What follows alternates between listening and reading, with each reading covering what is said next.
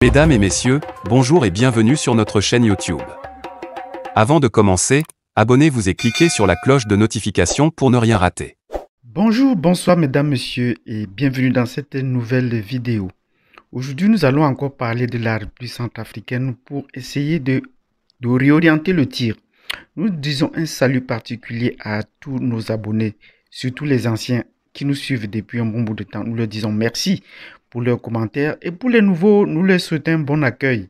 Installez-vous confortablement et nous espérons qu'à la fin de cette vidéo, vous allez tirer le meilleur parti de ce que nous allons dire.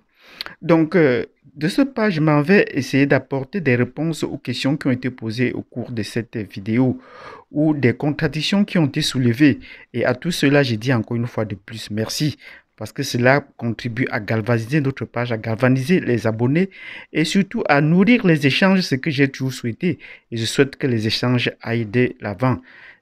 Personnellement, je n'ai pas une science infuse, mais jusqu'à présent, à regarder l'échiquier des youtubeurs des youtubeurs sur les questions de géopolitique, je pense que je suis assez rutilé sur certaines questions, notamment sur la République centrafricaine, où j'apporte un peu plus de précision sur la connaissance géopolitique et géostratégique de ces pays que je connais bien. Et je rappelle toujours aux gens que je suis d'origine camerounaise, donc je connais la République centrafricaine depuis longtemps et j'ai des contacts sur place directs avec des Camerounais installés en Centrafrique ou avec des Centrafricains qui sont en Centrafrique ou à l'extérieur.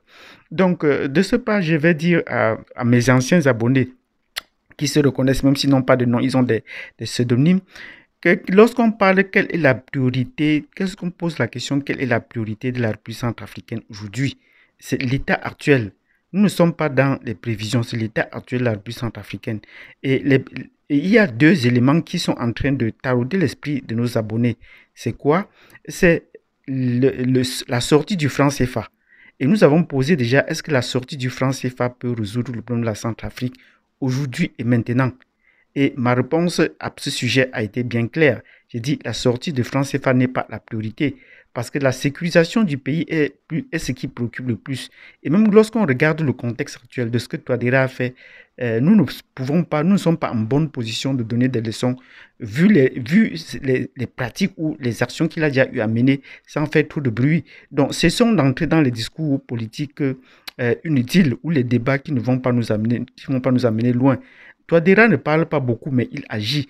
Et c'est en ce sens que nous le saluons. Nous disons, nous ne souhaitons pas lui donner des leçons, mais observons le sens où il va et pour le moment, les choses vont dans le bon sens. Il va dans le bon sens. Donc, la priorité, est-ce que sortir du franc CFA est une priorité au regard de ses actions jusqu'à présent? Nous avons dit non. Nous constatons que ce n'est pas une priorité pour lui et nous le soutenons dans cette démarche-là. Quand je parle de l'enclavement du pays également, les gens viennent vers moi pour dire que ça, c'est le discours du colon. Non, il faut être réaliste. Je suis un géographe et je regarde bien les cartes et la situation de la République centrafricaine. La République centrafricaine n'a pas d'accès à la mer. Il faut bien qu'on se le dise. Et sa seule connexion avec le monde, si ce n'est pas par avion, grâce aux Russes actuellement, ça ne peut être que par la route et par des chemins, par les voies terrestres. Et ils n'ont pas de voie ferrée qui relie la mer à l'intérieur de la République centrafricaine. Et le seul chemin d'accès, c'est le port de Douala, où le transport des marchandises se fait par la route jusqu'à Bangui. Donc, il faut bien qu'on comprenne cela. Maintenant, quand je parle de l'enclavement du pays, les gens viennent me dire, mes chers abonnés me disent qu'il y a le projet. Est-ce que je ne suis pas au courant? Je suis au courant, mais vous parlez bien de projet. Comment est-ce que vous pouvez parler de projet dans un contexte où le Soudan n'est pas accessible?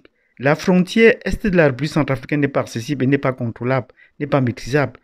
Pour le moment, je vous ai dit, c'est seule la frontière où ce qui a été maîtrisé parce que c'est le cordon vital de la République centrafricaine. Or, pour construire le projet, pour mettre en exécution le projet, pour que le projet avec le port Sud-Soudan prenne corps, effectivement, il faut sécuriser déjà la partie est de la République centrafricaine, ce qui n'est pas encore le cas jusqu'à présent. Et même quand vous regardez la carte, est-ce que ce projet est effectivement viable?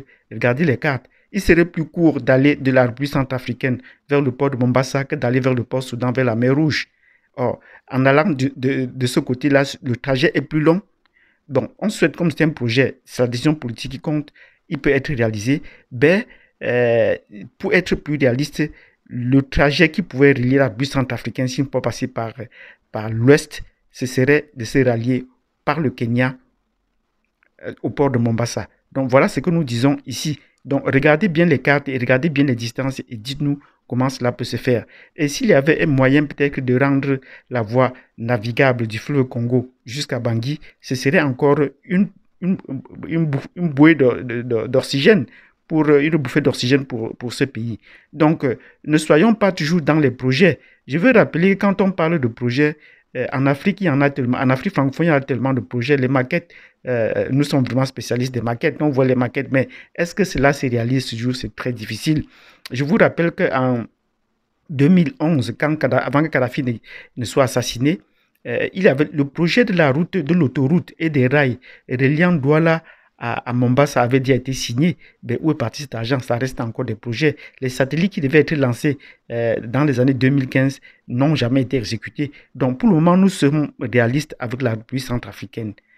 La priorité pour la République centrafricaine, c'est d'abord la sécurisation du pays. Et nous continuons de saluer la ministre des Forces armées qui dit le plus important, c'est la sécurité. C'est une armée solide, forte pour contrôler. Les autres contrôlent les projets en Afrique parce qu'ils ont sur place une armée pour protéger leurs intérêts. Sans armée, vous ne pourrez pas protéger vos intérêts. Nous le disons. Expliquez-vous, ce n'est parce que je dis cela que je suis devenu peut-être quelqu'un de la France-Afrique. J'ai étudié en France, c'est vrai. Ben, je dis, les Français sont forts en Afrique et il faut faire attention à eux parce qu'ils ont une armée sur place, ils ont une armée officielle et ils ont une armée officieuse. Donc, tant que les pays africains ne prennent pas sur eux la possibilité d'avoir une armée solide, il serait difficile d'envisager des projets. Donc, si un pays aujourd'hui veut sortir du franc CFA, il faut qu'elle prépare son armée déjà pour affronter les ennemis du pays, de l'intérieur comme de l'extérieur. Et c'est ce que nous disons pour la Centrafrique.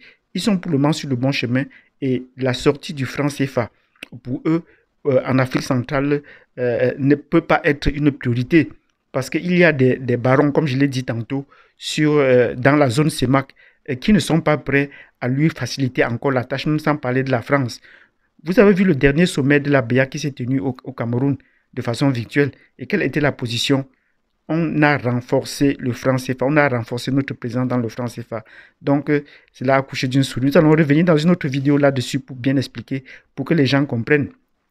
Tant que les pays comme le Gabon, le Cameroun ou la Guinée équatoriale ne savent pas de lever un peu, ou ne donnent pas la possibilité d'étudier ou de lever un peu le pied sur la relation entre la BEAC et la Banque de France, les autres pays auront du mal à s'en sortir.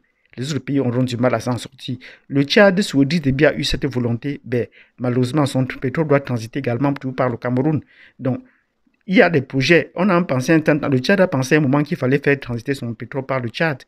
Ben, jusque-là, ça posait problème. Donc, vous voyez que le Cameroun est incontournable dans cette situation-là. Donc, il faut déjà améliorer ces relations-là en Afrique centrale pour pouvoir envisager la sortie du franc CFA. Mais sur place, déjà au niveau de la Centrafrique, la sécurisation, une armée forte et solide serait très important. Comment croyez-vous que la France a suspendu tous ses paiements en République centrafricaine aujourd'hui, étant tout dans le franc CFA, et que la République centrafricaine n'est pas encore en cessation de paiement? Posez-vous cette question. Ce sont des bonnes questions que vous devez vous poser. Et si vous trouvez des réponses, vous allez comprendre que ce n'est pas encore la priorité. Tant que la Russie est là, on ne peut pas voir le pire. La République centrafricaine est en train de lever la tête. Mais il y a des choses, il y a des politiques qu'on ne peut pas encore envisager parce que ça tient des relations internationales. Donc, si vous avez bien écouté cette vidéo dans laquelle j'ai dit la priorité est au changement de la monnaie ou la sécurisation du pays, et je donne ma position. Ceux qui pensent que c'est la sortie du franc CFA qui peut être la solution pour un développement rapide de la République centrafricaine, ils ont leurs arguments. Mais c'est une question de choix.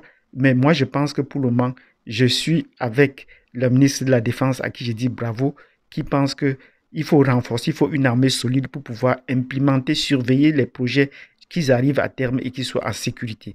Donc, si vous avez bien compris ma position, je reste dans le soutien à la République centrafricaine et à ce que le professeur Touadéra fait à toute son équipe. Vous nous mettez des pouces. N'oubliez pas de vous abonner, de cliquer sur la cloche de notification parce que nous pourrons organiser un prochain live, un de ces samedis, sur le sujet. Merci et je vous donne rendez-vous à la prochaine vidéo.